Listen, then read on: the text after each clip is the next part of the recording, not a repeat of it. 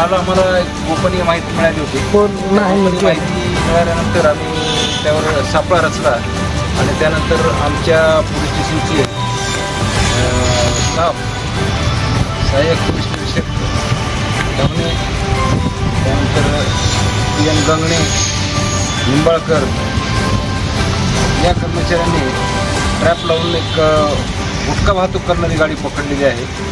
एक मोठं कंटेनर आपण पकडलेलं आहे. त्यामध्ये साधारणपणे 29 लाख रुपयाचा प्रतिबंधित गुटखा, पान मसाला हा मिळून आलेला आहे.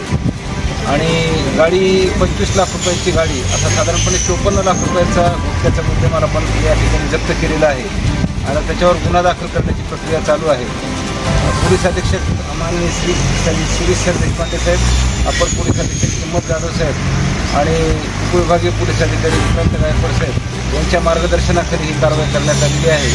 आणि हा गुटखा कर्नाटकातून येऊन औरंगाबादकडे जात होता अशी प्राथमिक माहिती आहे.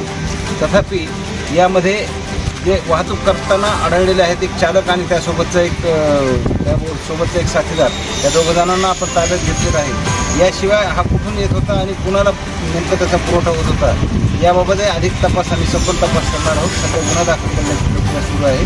गुन्हा दाखल केल्यानंतर यामध्ये पुढील तपासणी करून यामध्ये समाविष्ट आणि सहभागी असलेल्या सर्व लोकांना यात अटक करणार आहोत.